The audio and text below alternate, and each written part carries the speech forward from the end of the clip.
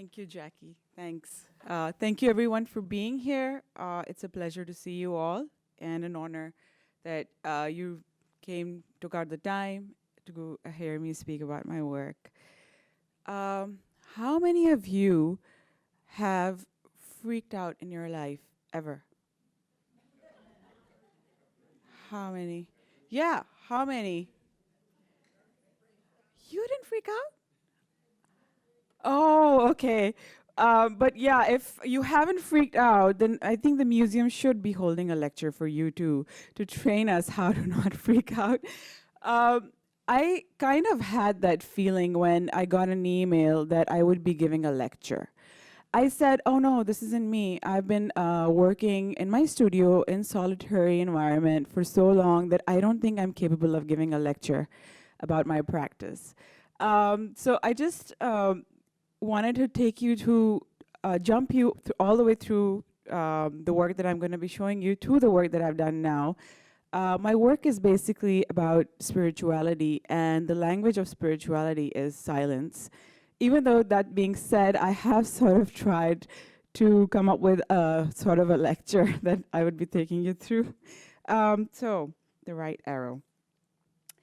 I'm going to be going through my earlier practice, and this is what I was doing when I had just graduated from college. I was very emotionally charged, and I was not at all silent. I sort of wanted to go through the topics of identity, religion, and gender, politics. So I was painting a lot of the Pakistani flag with myself on it, bending in strange ways, sort of picking up the crescent, trying to place myself and the surrounding, making sense of things. Then there was another comment about what I thought of the situation around me and the society. And there you go again. I'm gonna try to go through this fast because there are many images. Oh, just a second. Yeah, that too. And then along this sort of time frame, I met my husband, and we got married. And I think that for me, a lot of the events that have taken place in my life have changed me immensely. And one of the things was that when we met, he was really excited about getting married to me. I don't think he knew what he was getting into, because I sort of just found myself really going through an immense sort of like a thunderstorm of search. And when you're doing that as an artist, you're really going up and down the hill, and living with somebody like that isn't very easy. But yeah, anyway, he was very excited about it. That's us. We're very happy to meet each other and getting married. And then this is my work that started happening after I got married. Oh, sorry. Oh. Yeah. So that's called a massive human search, and that's when my search started to begin. I started painting these self-portraits with these lit up lanterns, and I was walking through different dimensions and spaces with this strange garb of like a sci-fi being, and just sort of like searching. And this is called In the Playground. It was about just sort of life being a playground, and how you're open to meeting chances and different forms of opportunities, and they're coming into your life and from different angles. And then I did this painting, but this is when my search for love started, and I had conceived a baby, and I was holding this huge being, sort of holding a small male dressed up as a groom, and I was myself dressed up as a bride, and I'm wearing this hat that says Shadi Mubarak, which means like congratulations on your wedding. So I started to commentate on my experience of being pregnant. And again, it was like this old gramophone, and this whole series was called Politics of Love. I had started searching on love, and I was really interested in sort of looking at the different dimensions of it, and this was the beginning of that. And then I started painting my husband. I said, forget about all of these other beings, let's just paint you. I made him model and dressed him up and did different things that and next to him, I was like this sort of really, I thought I was like the rib that was trying hard and understanding marriage, and I was doing my job well, but this was my understanding of it. And then birds started to appear in my work, and it was like, this was called the divine construction of man. And I feel in the divine construction of man, love plays a big role, and understanding love plays a big role. So this was then the different elements of that coming together, and how the shapes started to form, like the triangles started to appear in my work. Meanwhile, I was also at the same time, while this work was going on, I was working on this massive sculpture of a life-size aeroplane. And what happened was that I started feeling like, all of this is very much like related to the world around me. And I want to like understand myself as an infinite being. And I got very interested in spirituality, and a lot of my work started to, so there were like two kind of lines of work that started to appear. And the aeroplane was the first thing that I made that was like anti-gravity, and it was a symbol of ascension. And so I will also show you the sculpture piece of this aeroplane. That was the actual sculpture that I made. So it was really interesting because the piece was incomplete, and when we were getting married, this was the first thing to go to that house that we were gonna move in. And I was like, okay, I'm working on this like in the middle of the road. I'm gonna send this to that house, so it's like placed on the roof. And there were like people in the neighborhood that were saying that there's a lady coming in this house that owns an aeroplane. This is also part of that. This is one of the pictures of the sculpture. And I feel like this is one of the major sort of steps. This piece kind of like really made me look at the whole spiritual thing again, like how the cats symbolize like these spiritual guides that are like always there with you, and you're going on this path where the trees are also like made of light, and you're wearing this veil of light, and it's kind of like your path is like chalked out, and it's whatever your path is, it's made out of like gold, and it's meant for you. So it's very special like that. And then I had a baby. And the baby didn't look like me at all. And I was thinking that, here I am understanding marriage, but I was yet to understand more. After my baby, I started looking at it, and I started looking at everything in a deeper way. For me, the tree of life and giving birth and all of that really, like, it was very meaningful. It was a difficult time. I started changing a lot. My work started showing that. I started making things that were like heavenly symbols. It was a lot about giving up a lot of yourself. And this tree of life is like said to have like these never-ending flows of river, and the Islamic geometrical shapes started to really form.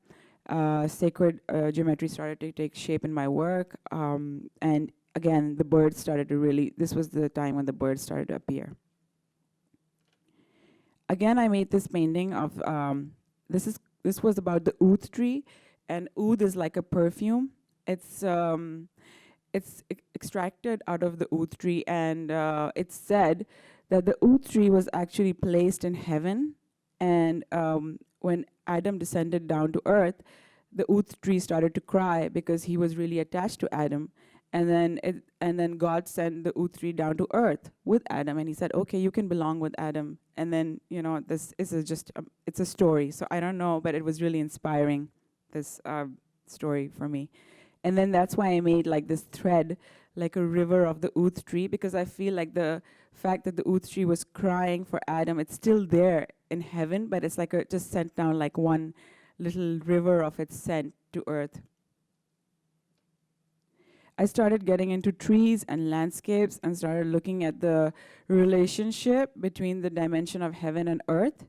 It was about how they're interrelated, how you can also be present in a really good heavenly place while you're on earth. I started to learn a lot of things about dimensions and how it's important for you to have a self-reflection to reach a certain dimension within yourself. And this understanding started to form in my work. While this was happening, I was still, I wouldn't say I was still settled within myself. I was still in a semi-unhappy state. And I started thinking maybe this is just my nature, but it wasn't. And I wanted to just sort of really reach a point where I would feel like, okay, I have come across a subject which truly resonates with my heart.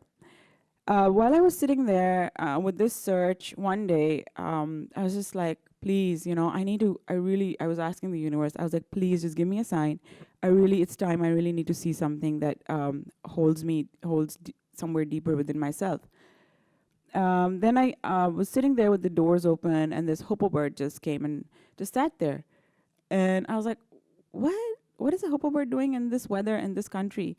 Because we don't see a lot of them, but we do see them sometimes. It's very rare.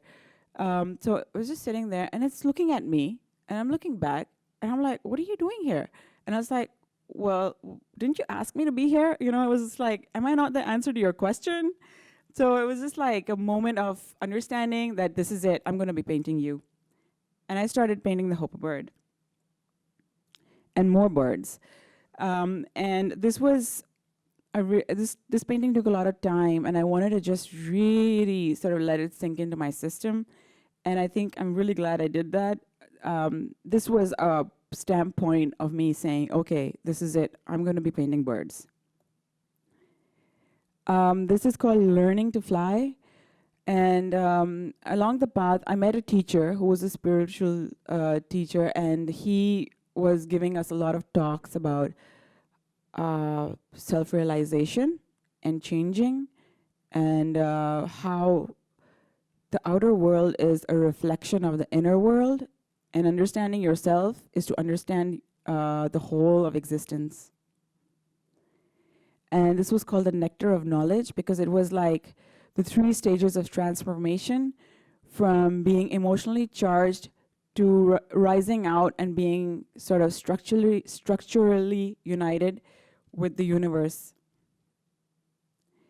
The 3 dimensions of existence started to appear: the higher realm and the middle realm of the world, the patterns of daily life, and the lower realm, which you're stuck in, the worries of everyday life, and the 3 options that are given to you, the material and the spiritual, and there was one more, which I can't exactly remember. I think it was the physical, the 3 options that you can choose from to live your everyday.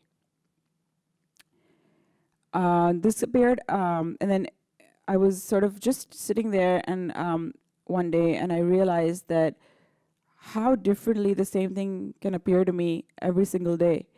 And I just thought that this is my own vision.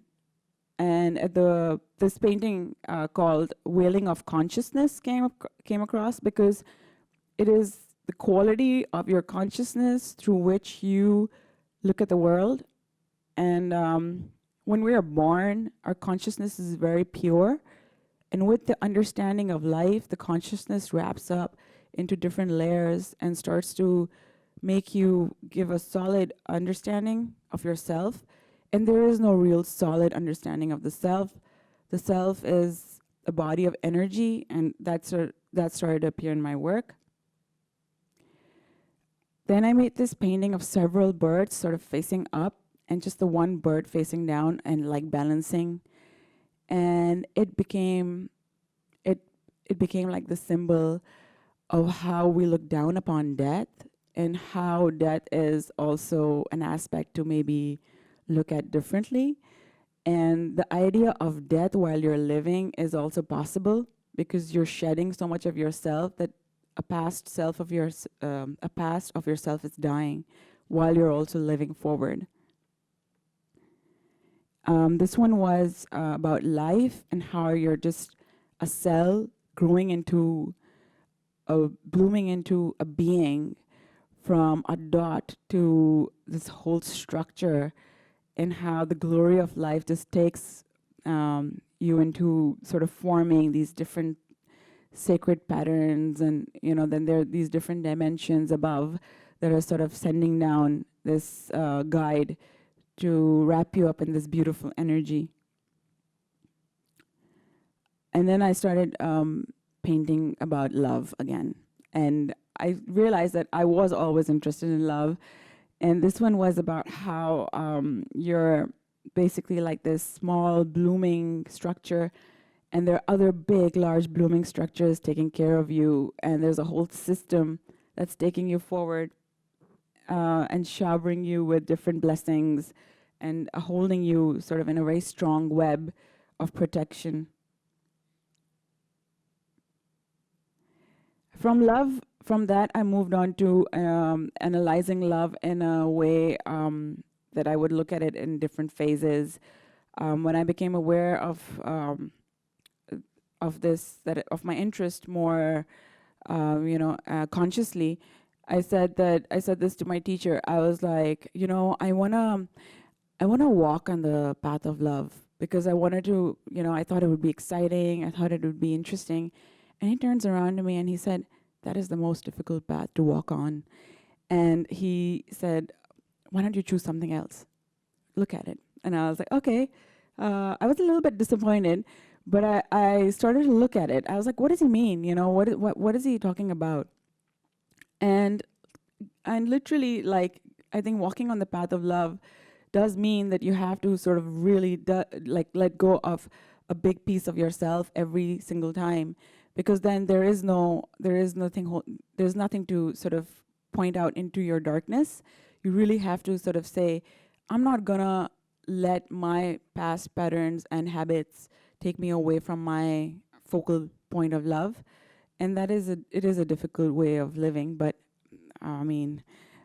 so I basically saw the moon representing that, and I saw that the moon went through its different phases of light, and how it was truly reflecting the light of its beloved every single day, without any questions or holding back or anything. Again, I painted this massive moon with like these colors just oozing out, and it was like just flowing with colors, and it was in full bloom.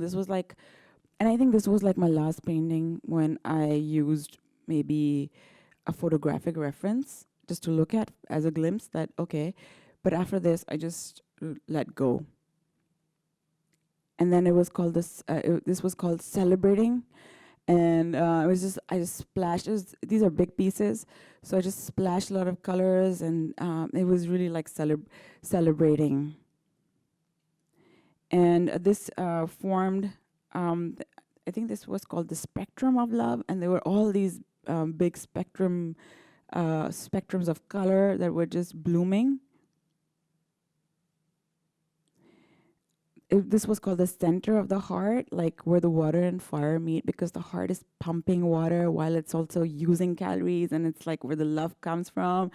And it's also kind of like the different vibes and vibrations that love holds. This piece took me a really long time because it's large scale, and it has these really tiny strokes of acrylic paint. And if you sort of phase your eyes out, and you can actually see that this looks like one piece, and the two phases of the moon start to become like one. And it's just like, you see the movement of the circle after a little while. This was also like the two halves in full bloom, celebrating, blooming. And at this point, I started to feel like I am maybe able to now leap forward. I want to now analyze this in another way. I want to look at love through another angle. And then it just started like, I was like, okay, light is coming in. One part is really lit up. One part is celebrating. It's just all, the two forces are together. It's not really negative if the moon is dark. That is still positive. It's still there. And then this appeared. So I was at the point where I wanted to take the leap forward. I was working on some other pieces that are not in here. These were the complete pieces. And I was just thinking, I was like, you know what? I think this is it. I'm going to just stop working on the moon. I woke up. I was like, it's time to do something different. I have my work ready to send it to my show. I need to make another piece of body of work. I need to make another piece of art that says that I'm going to really discover something new. And I'm just, I was there and I was just started painting this canvas black. And when I was a child, my parents really wanted me to get into this school. And it's supposed to be a really well-known school, and they really wanted me to get my admission. And they said to me that, there's going to be a color test. Whatever you do, don't pick up black. Pick up a vibrant color. And then I obviously picked up black. And they were like, and I got in. And then I was reminded of this story, and I said, it's time to maybe go back. It's time to go back really into the true essence of your own being. It's time to let go of anything, any symbol that shows love. It's time to sit in that energy and work. To sit inside and say, I'm going to let go. This is the flow of love. I'm going to do it in that.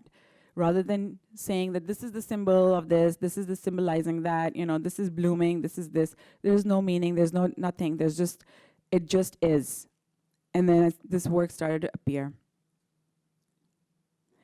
Then I started making this one, which was about a teacher and a student. And the teacher is really, I wanted to show it's just there. It's been there forever. I feel that when people are meant to meet, it's meant to meet. It's like coming from some other place, some other life. Nothing is random, and no energy randomly comes across. So the teacher and the student have been placed like they've been there in that place forever. And the lit white wings, they're just settled. There's no hurry to fly. There's no hurry to go anywhere.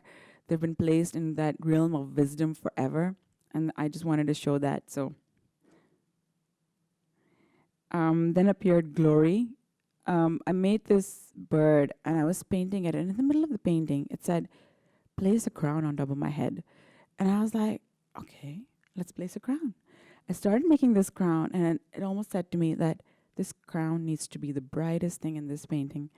And then the next thing I knew, this red-orange crown was appearing, and the eyes just started staring at me. They started looking at me, and there was a big dialogue between me and this painting, and I just said, there you go.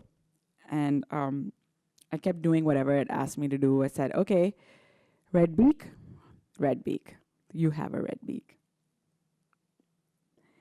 Then came this one appeared somewhere in the process. I started to sketch this out, and I wanted to touch upon how important it is to reflect while you're living, because life is such a deep process of reflection, and our lives have become like this that we don't realize that we have been given an immense power to choose to make things beautiful. And that is such a big power. If we look at how powerful we are as human beings and how little we reflect on that, it's surprising. It's a little bit shocking also, because we technically have the power to choose between two things every single day. We can choose to make things beautiful or make things horrible. And then, we don't reflect on that. It's like I wake up every day and I'm living, and then I'm like, wait a minute, what is this living?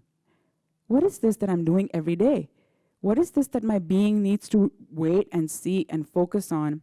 And the fact that I've been giving that power and I'm not using it to make it more and more beautiful every day, more and more enhanced in its vibrancy and its brilliance, it just made me want to make that energy of just reflecting and sort of just being so vibrant in that reflection, or in that process of reflecting upon the beauty of life. So this was that. And then came pursuit right after reflection. It was pursuing to live every day to its fullest. It was pursuing to wake up while the sun is rising and the night is going, the moon is going, to wake up and to rise and have that shine in your eyes for that pursuit that you're supposed to live for, the purpose of life.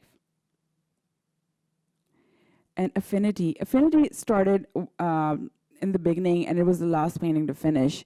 It was technically all white, and their halos were just a tinge of like a yellow ochre. And I signed my name, I said, it's done.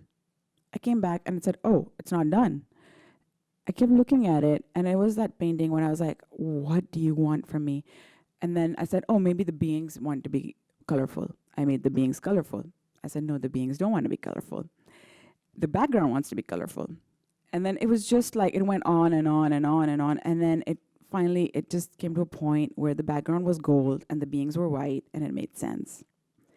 It's about how when you go along in life and you meet somebody like yourself and you join forces, and these forces multiply when you meet another person like yourself. And affinity is such a beautiful thing, because when you meet somebody like yourself, it's like your own positivity has like doubled, and your own, it's like food for to generate something great. Oh, that's it. That's it. That's the journey.